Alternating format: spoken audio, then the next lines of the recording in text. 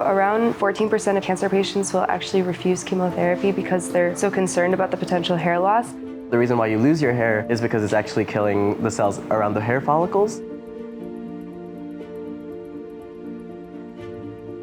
CAPSlocks is a scalp cooling system for patients undergoing chemotherapy to help mitigate hair loss.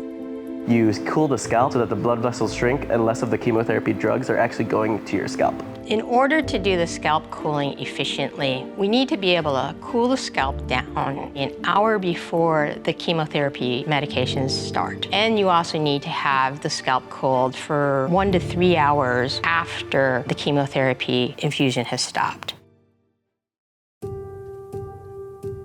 I was diagnosed with breast cancer, and I started my treatments just before the semester started in fall of 2023.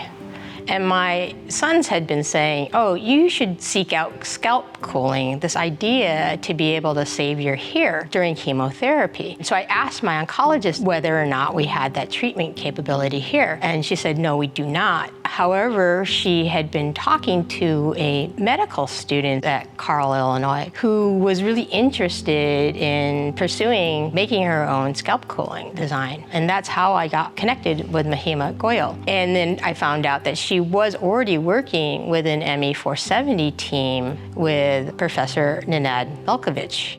I was brought into that team really early to provide the students a firsthand experience of being a chemotherapy patient, losing my hair, what that is like, and then also just thinking about what we'd want in this design, making it compact and portable, inexpensive.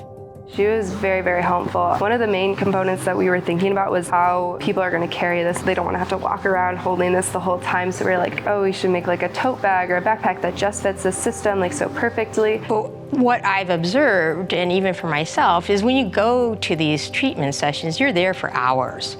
I was bringing a backpack with my laptop. I was bringing a blanket with me, snacks, and various other things. So they can't carry a backpack or a tote along with all this other stuff. So trying to think about other ways that we can make the device portable, like backpacks on wheels.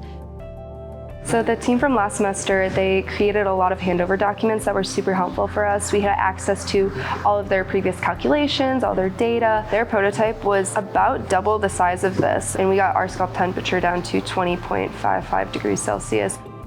We got it down to just under $800. Part of what we were working on was the portability of the device and having a portable power supply to allow the patient time away from the infusion center so that post-treatment time, maybe they could go home if they have a portable power supply that allows that cooling system to continue working, especially during transportation. And so during that transportation time, they're able to rely on a removable battery. They're able to charge that up and keep it plugged in while they're at home if they need to, and then rely on the battery while they're moving from their home to the hospital. And then once they're at the hospital, they can plug it back in again.